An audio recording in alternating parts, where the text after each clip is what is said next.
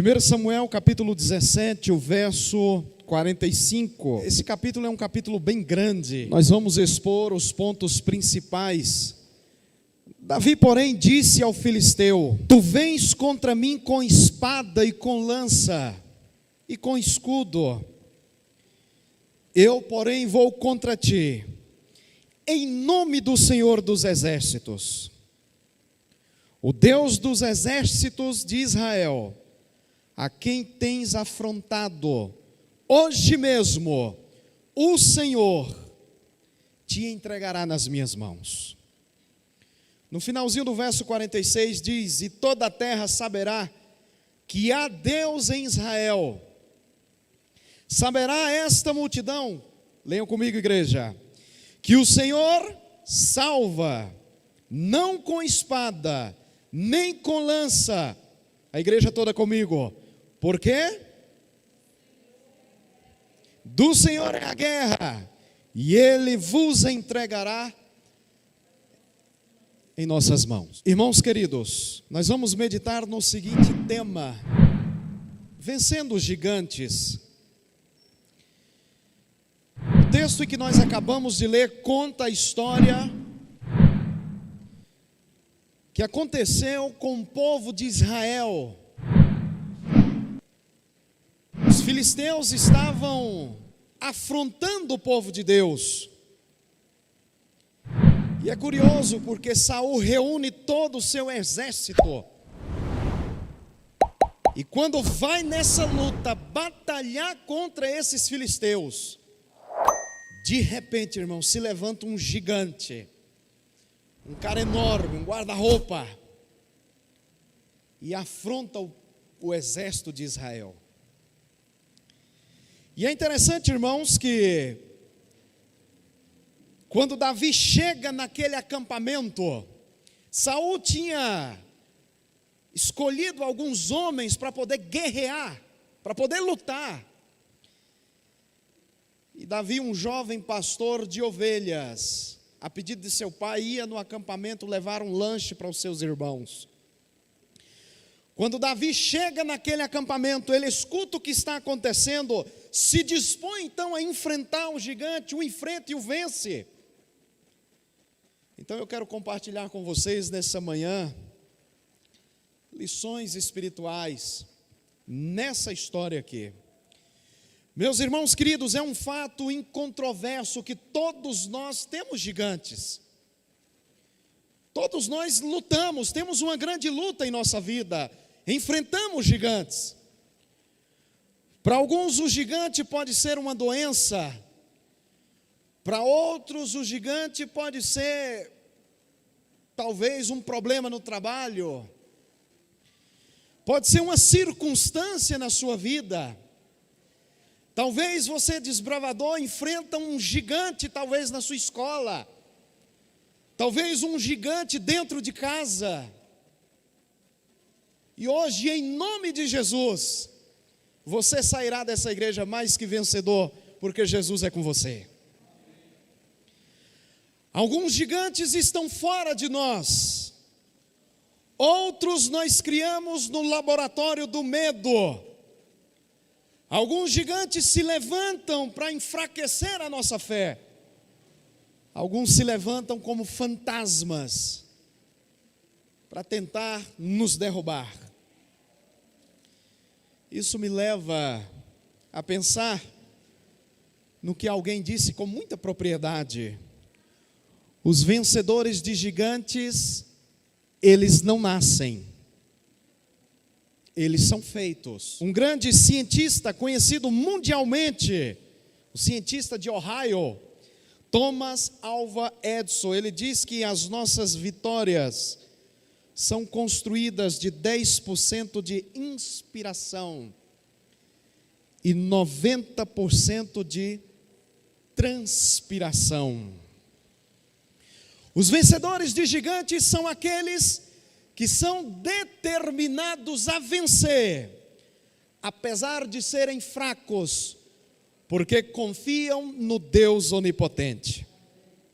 E eu fico olhando para a história do mundo e eu vejo tantos exemplos de pessoas que venceram, que superaram suas fraquezas, suas limitações, arrancaram força, não de si, porque não as tinham, mas de um Deus onipotente que nos ajuda a lutar e derrotar gigantes. Eu não sei você aqui hoje, que tipo de gigante tem afrontado a sua vida, que tipo de gigante tem tentado destruir você. Hoje Deus está chamando você, não para medir os gigantes da sua vida, não para fugir dos gigantes da sua vida, mas para vencê-los em nome de Jesus. E assim como ele deu vitória a Davi, eu tenho certeza que ele vai dar vitória para você também. Uma das histórias mais impressionantes que eu tive a oportunidade de conhecer e ler foi de uma mulher chamada Fanny Crosby. Fanny Crosby viveu 92 anos de idade. Ela ficou cega na 5ª semana de vida por um erro médico. Fanny Crosby compôs cerca de 8.000 hinos que inspiram e elevam a nossa alma até hoje.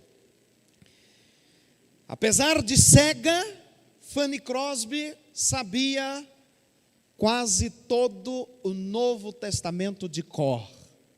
E ela era capaz de cantar todos os seus 8.000 hinos de cor. Hinos esses que elevam a nossa alma até hoje. A Deus demos glória, número 16 do nosso inário. Que segurança, número 240. Quero estar ao pé da cruz, número 191. São hinos cantados no mundo inteiro, que motivam, que encorajam, compostos por uma mulher mergulhada na escuridão da cegueira. Mas, irmãos queridos, esse texto que nós acabamos de ler nos fala de uma batalha grande. E é curioso que quando nós vamos avaliar este gigante a qual Davi o enfrentou, só a armadura do gigante, irmãos, pesava 60 quilos. A ponta da lança do gigante pesava 8 quilos. Que situação, hein? E durante 40 dias, irmãos, 2 vezes por dia, o gigante chegava na frente do acampamento do povo de Deus. E aí, cadê vocês? Seus covardes! Cadê vocês para lutar comigo? Foi 80 vezes, irmãos, esse gigante indo em frente ao acampamento do povo de Deus e afrontando o povo de Deus. E nessa manhã eu quero meditar com você as marcas dos vencedores de gigantes. Eu tenho certeza que você vai triunfar sobre os gigantes da sua vida, em nome de Jesus. Vamos ler aqui, irmãos, 1 Samuel capítulo 17, o verso 24 e 25.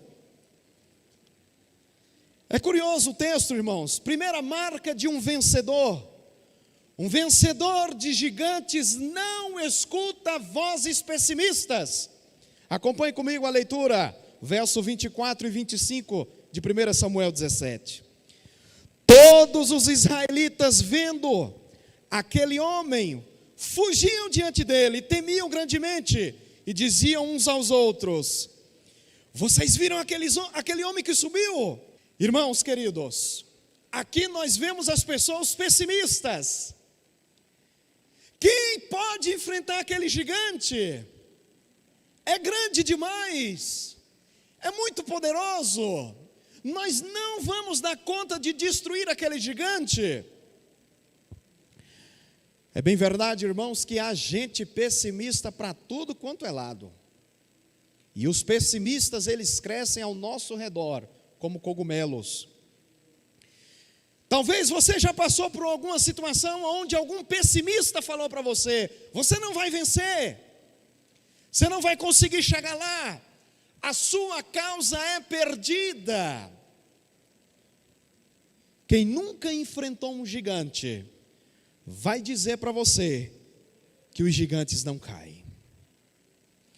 Quem nunca lutou com gigantes, vai chegar para você e vai dizer que os gigantes são vencedores. E eu fico olhando para a história de Israel, e quando nós vamos para a palavra de Deus, vamos retroceder no tempo, quando são enviados 12 espias para a terra prometida. Conhecem, lembram dessa história? 12 espias são enviados para Canaã prometida. E Deus falou: a terra está lá, mas agora vocês têm que conquistar ela. Irmãos, apenas 2 voltam otimistas. E os outros 10 chegam com medo.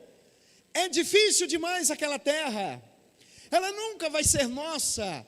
É impossível conquistarmos aquela terra, porque tem gigantes demais naquela terra.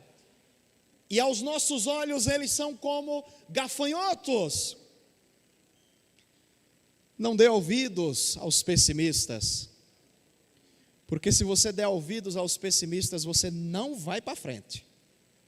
Não vai. O negócio não decola, meu irmão. Isso me lembra uma história muito engraçada que aconteceu no interior do Goiás.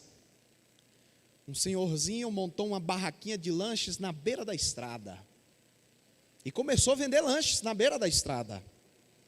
E porque seus lanches eram gostosos, começou a crescer, começou a dar certo, começou a pegar voo.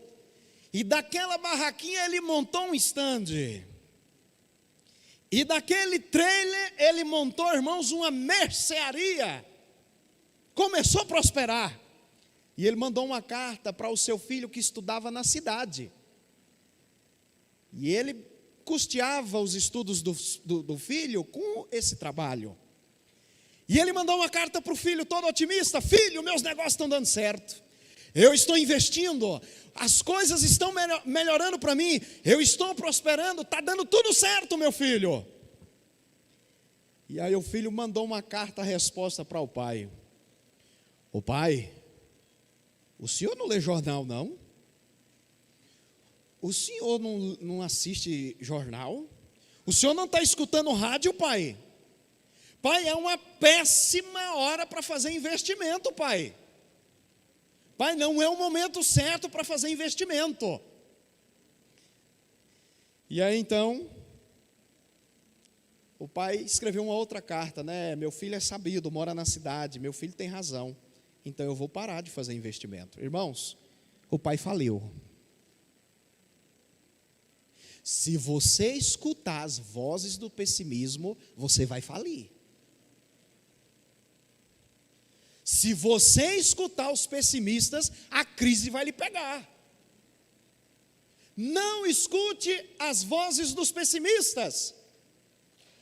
Primeira marca de um vencedor, irmãos: não ouvir pessimista. Tem gente que dá canseira você ficar perto, porque nada dá certo perto dele. Fique perto de gente otimista que enxerga possibilidades em meio à crise. Segunda marca de um vencedor de gigantes. Acompanhe comigo no verso 14 a 16. 1 Samuel 17, o verso 14 a 16. Davi era o mais moço, só os 3 maiores seguiram a Saul. Davi, porém, ia a Saul e voltava para apacentar as ovelhas de seu pai em Belém. Chegava-se, pois, o filisteu pela manhã e à tarde, e apresentou-se por 40 dias. Quando o comandante foi então chamar os jovens para lutar contra os filisteus, Abner chega então na casa de Jessé, pai de Davi, e chama os 3 mais fortes, os mais bonitão, os capa de revista, os gatinhos da igreja, os tampa mesmo.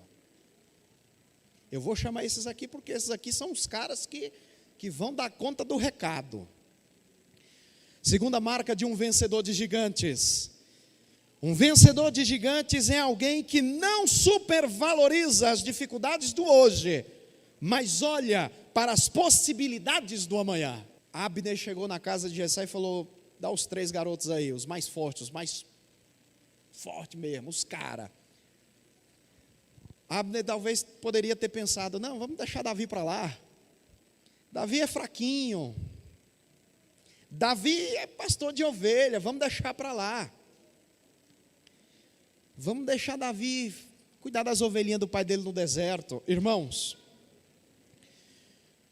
eu fico pensando o seguinte: quantas vezes as pessoas ainda hoje se tornam derrotadas pelas circunstâncias da vida, porque acham que ninguém pensou nelas. Davi tinha todo motivo para pensar: não me escolheram, eu vou mexer com aquele gigante nada, eu não vou lá coisa nenhuma. E quantas vezes pessoas até mesmo na igreja: ninguém me nota, ninguém olha para mim,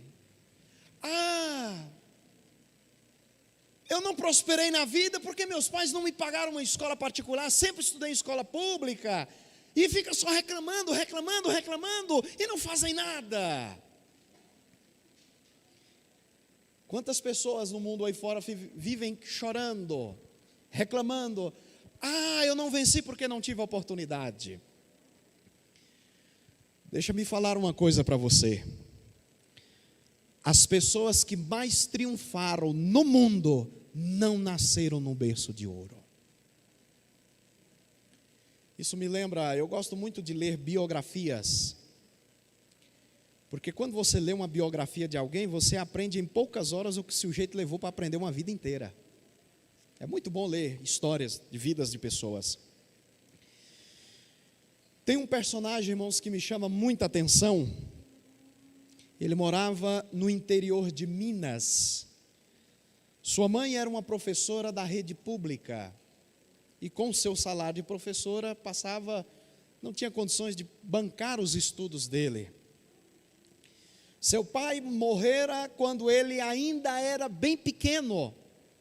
Seu pai era um caixeiro viajante, depois morreu. E agora sua mãe teve a grande missão de cuidar dele, dar uma educação para ele com a vida limitada que viviam. Por ser professora, seu salário era pouco para mantê-lo estudando na cidade. Então esse cidadão foi embora para Belo Horizonte, irmãos. Arrumou um emprego num telégrafo. E por ser muito inteligente, passou num vestibular de medicina. E ele era um acadêmico tão pobre, irmãos, tão fracassado, que a sua cadeira era um caixote de tomate. Era o que ele tinha para estudar. Ele terminou seu curso, foi para a Alemanha, França, depois volta de lá, entra na política, se torna prefeito, governador, deputado federal, e em 1956, ele é eleito presidente da República Federativa do Brasil. No dia 21 de abril de 1960, ele inaugurava Brasília no coração do Cerrado brasileiro, Juscelino Kubitschek. Se ele ficasse olhando para o passado, irmãos, se ele ficasse olhando para as dificuldades, ele nunca ia alavancar na sua vida. E eu falo para você hoje aqui: pare de ficar lamentando pelo seu passado, pare de ficar lamentando pelas dificuldades. Olha daqui para frente, Deus tem um grande futuro para você. Enquanto você não parar de se lamentar pelo seu passado, pelas coisas que aconteceram, meu irmão, minha irmã, você não vai para frente. Não anda, não sai. Você fica vivendo aquele passado no presente, até você morrer. E você não triunfa, você não vence os seus gigantes. Terceira marca de um vencedor de gigante, irmãos, está no verso 28 a 30. Verso 28 a 30 diz: ouvindo Eliabe, seu irmão mais velho, falar àqueles homens, acendeu-lhe a ira contra Davi e disse: por que você desceu aqui, Davi? E a quem deixastes aquelas poucas ovelhas no deserto? Bem conheço a tua presunção e a tua maldade. Descestes apenas para ver, a peleja. Respondeu Davi: o que eu fiz agora? Eu fiz só uma pergunta. Desviou-se dele para o outro lado e falou a mesma coisa, e o povo lhe tornou a responder como dantes. Terceira marca de um vencedor de gigantes: um vencedor de gigantes sabe lidar com seus críticos. Você conhece alguém que caminha pela frente sem ter que lidar com críticas? Meu irmão, vem. E não é pouco não, é muito. Quando você decide ser um vencedor de gigantes, triunfar sobre os gigantes, vai aparecer críticos de tudo quanto é lado, meu irmão. É de todos os lados. Quando você se destacar, quando você decidir vencer os gigantes, vai se levantar críticos. No Pernambuco se usa uma expressão muito engraçada, né? Couro grosso, para aguentar as críticas.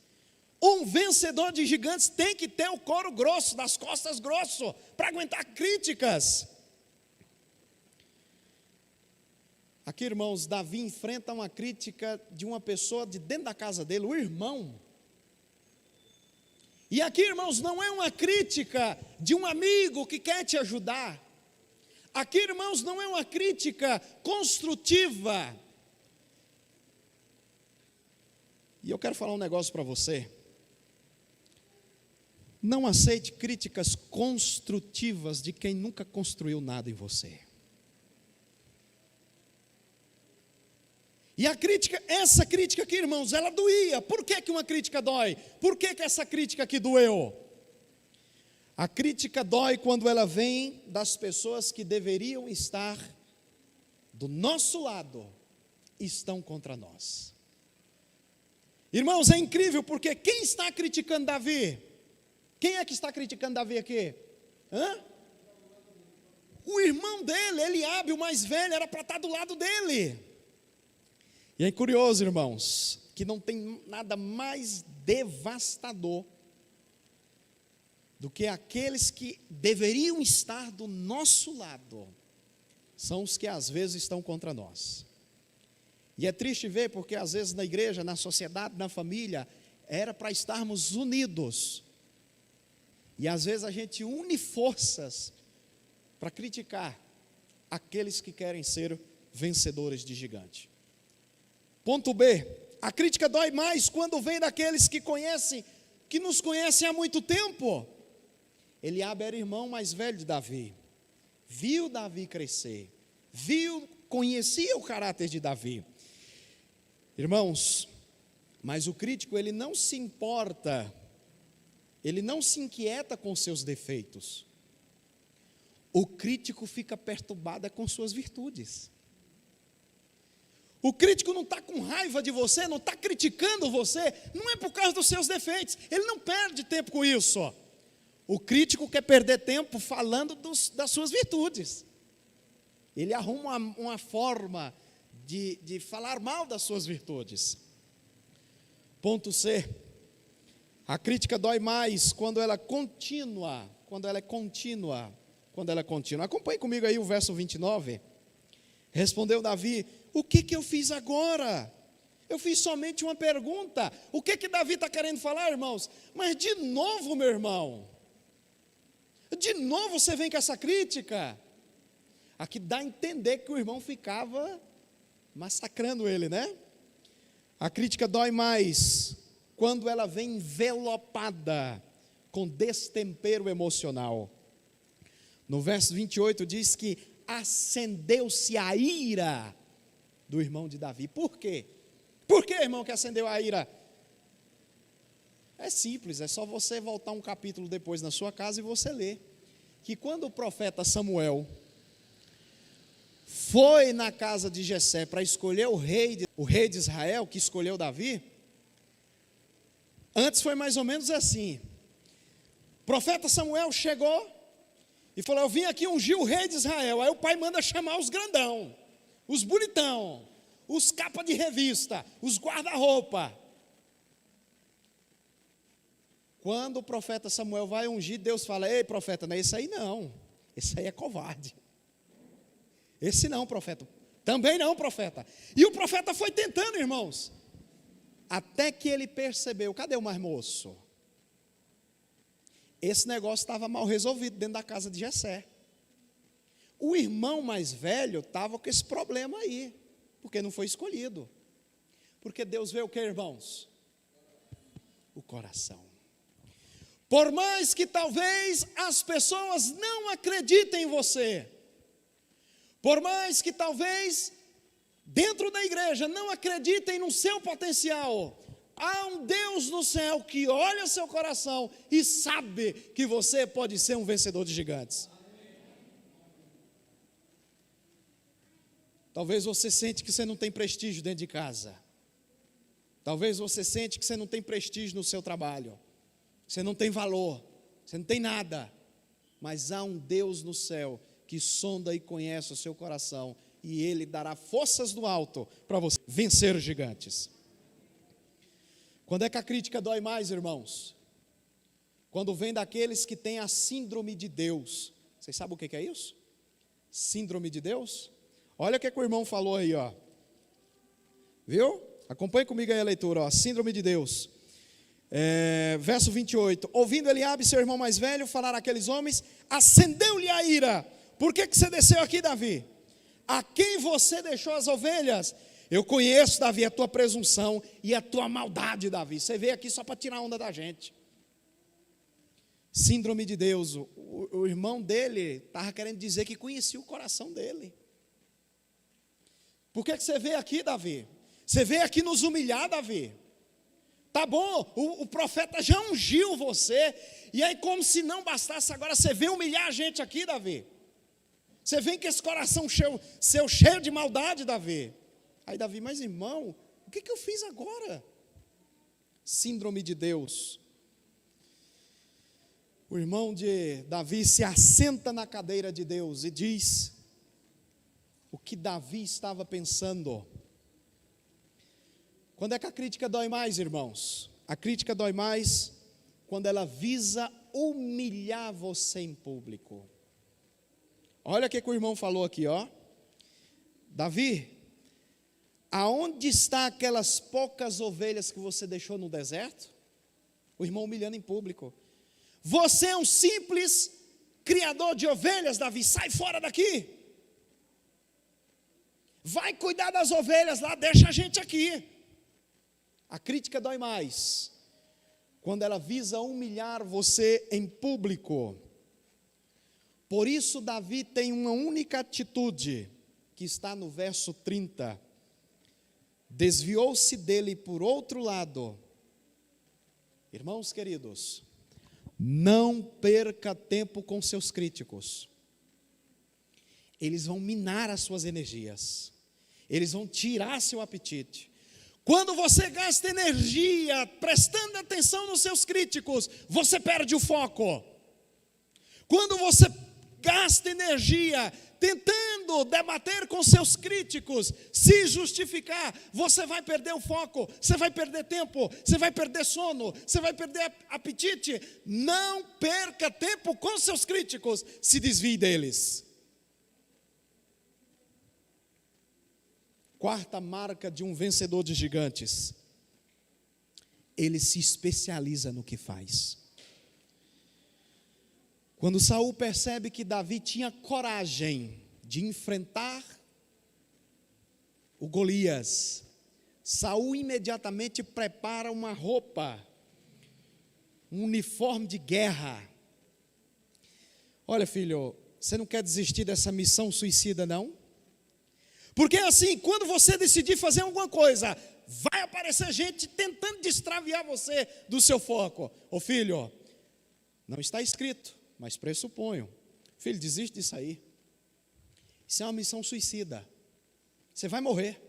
Sai fora disso. E Davi, um pastor de ovelhas que havia enfrentado um leão, o urso, falou: não, eu vou. Eu quero ir. Então, já que você quer ir, quem avisa? Quem avisa? Irmãos, Saul colocou a armadura, mas não funciona, irmãos. A Bíblia fala que Saul era o homem mais alto de Israel. Digamos que é um manequim 70. Davi era um homem mediano, manequim 53, 54. Quando Davi vestiu aquele troço, irmãos, ele não conseguia andar, irmãos, quem dirá correr. E ele falou, não, tire isso de mim, eu não sei mexer com isso aqui não. Pode tirar. E aqui, irmãos, Davi desce até um riacho. Para derrotar Golias, pega algumas pedrinhas.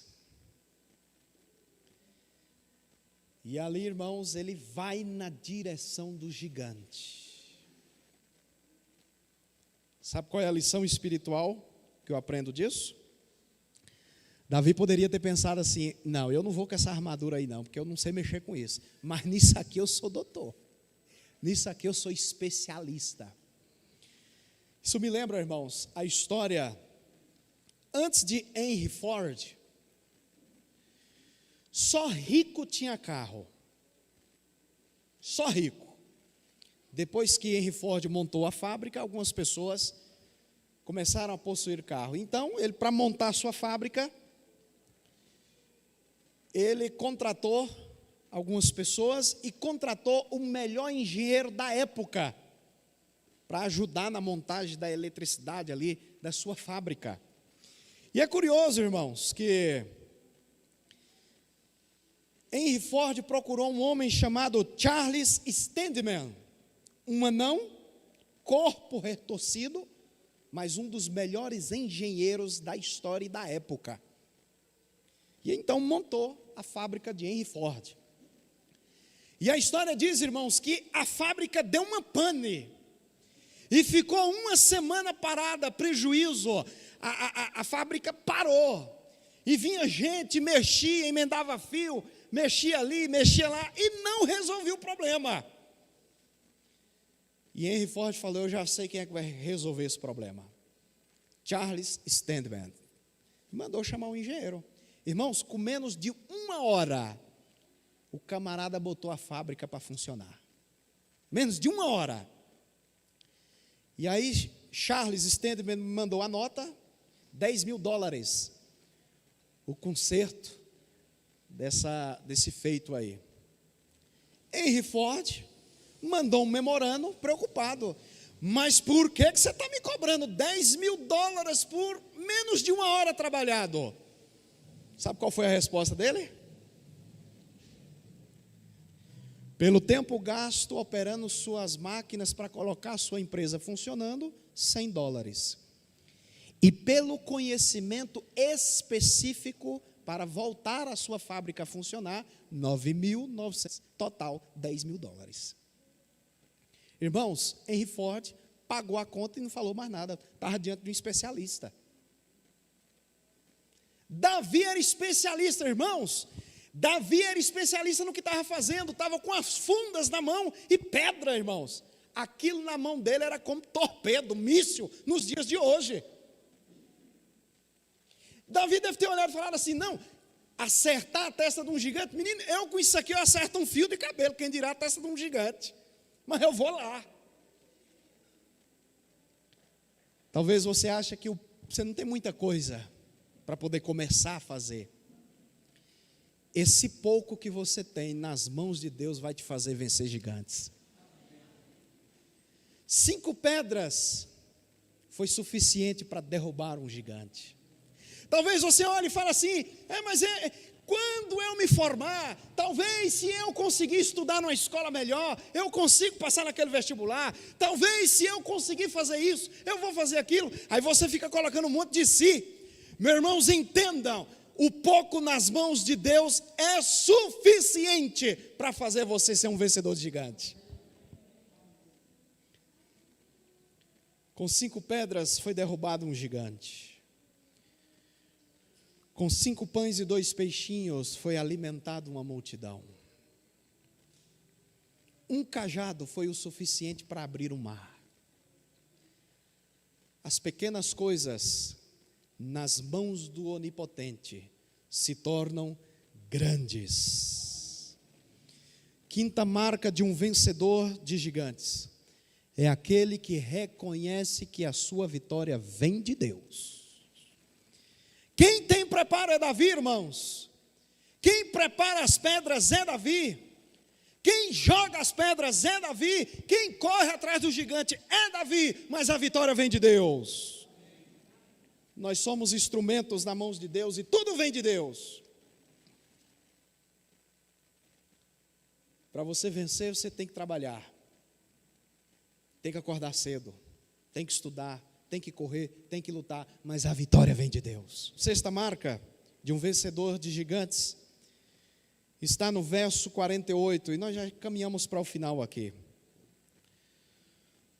O verso 48 do capítulo 17. Sucedeu que, dispondo-se os filisteus a encontrar-se com Davi, este se apressou e, deixando as fileiras, correu de encontro ao filisteu. Sexta marca de um vencedor de gigantes: tem pressa para vencer, não fica perdendo tempo. Irmãos, olha que curioso. A Bíblia diz que a esperança que se adia adoece o coração. Tem coisa que você não pode adiar. Tem coisa que você não pode deixar para depois. Você não pode varrer a sujeira para debaixo do tapete, depois você resolve. Aquela conversa que você deveria ter tido há muito tempo, olhar no olho, você não pode deixar para depois, você tem que fazer agora. É curioso porque o texto diz que, no início do texto diz que o exército estava fugindo do gigante, correndo do gigante. E aqui Davi está indo o que, irmãos? Correndo ao encontro do gigante. Tem coisa que você vai ter que parar de ficar se escondendo, ficar se omitindo, e você vai ter que resolver logo. Você tem que parar de dar desculpas. Você tem que, mais do que nunca, ter aquela conversa que você já deveria ter tido antes. Você tem que parar de ficar resolvendo os problemas, empurrando para debaixo do tapete. Você tem que correr, enfrentar e resolver logo isso. Porque talvez pode ser tarde demais. É melhor o desconforto do confronto do que o conforto da omissão. É melhor o desconforto do confronto do que o conforto da covardia. Vá resolver seus problemas, vá enfrentar seus gigantes e derrube e jogue por terra. Sétimo e último, marca característica dos vencedores de gigante. Um vencedor, irmãos, é aquele que não faz carreira solo. Um vencedor é aquele que ajuda os outros a vencerem também. Quer ver um exemplo? Último verso, verso 52.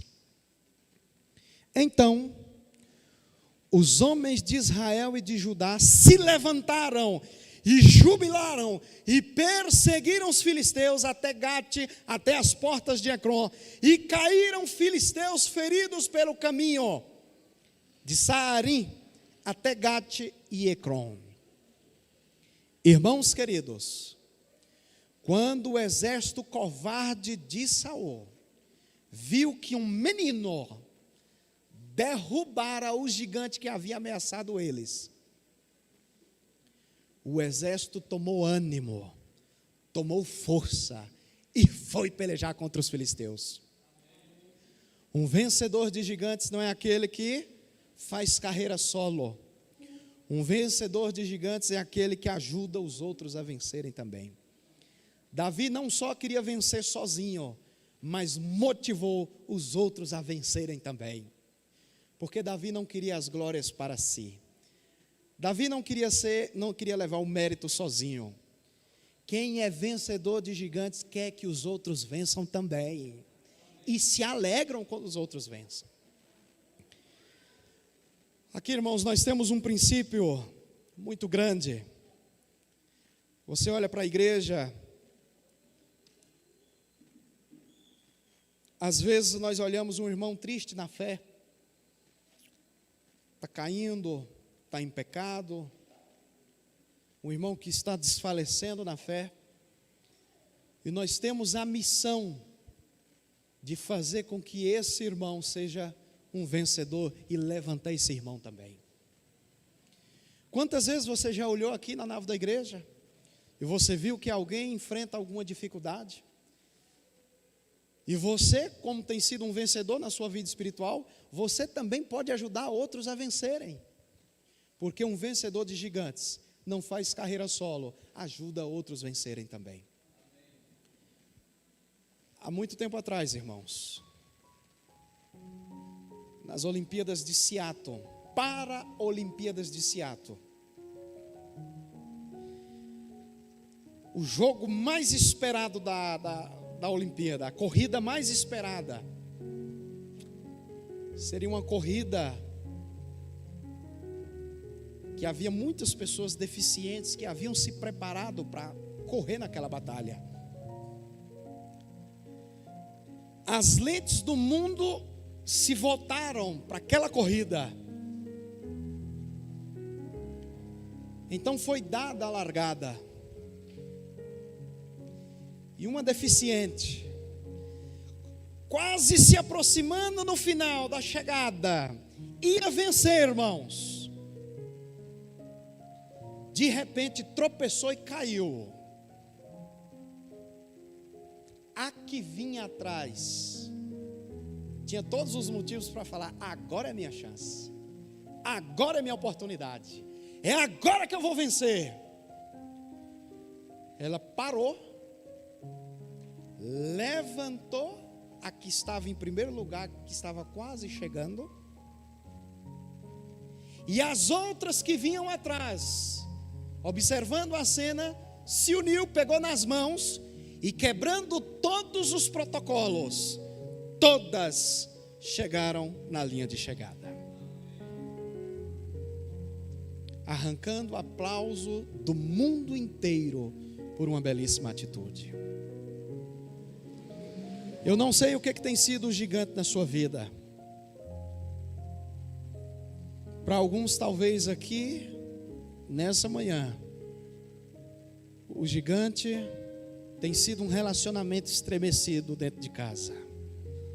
Você fica orando a hora para que você vá sair para trabalhar, para não ter que enfrentar o cônjuge dentro de casa. Talvez para alguns o gigante aqui tem sido aquele valentão da escola que fica te machucando, fica xingando você. Talvez o gigante seu é uma dívida grande que você não sabe por onde começar a pagar. Talvez o gigante na sua vida pode ser uma traição. Talvez um gigante que tem feito você perder o sono, feito você, não conseguir ter forças para resistir. Talvez o gigante da pornografia, que tem arrasado, destruído lares por aí. Eu não sei o que tem sido o gigante na sua vida.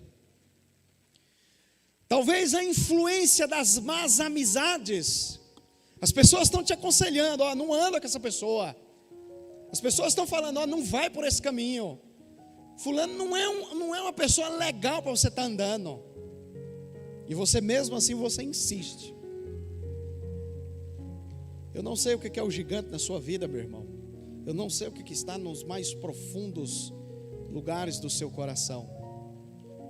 Mas o que eu sei e eu tenho certeza é que Deus, o mesmo Deus que deu vitória a Davi, pode dar vitória a você também.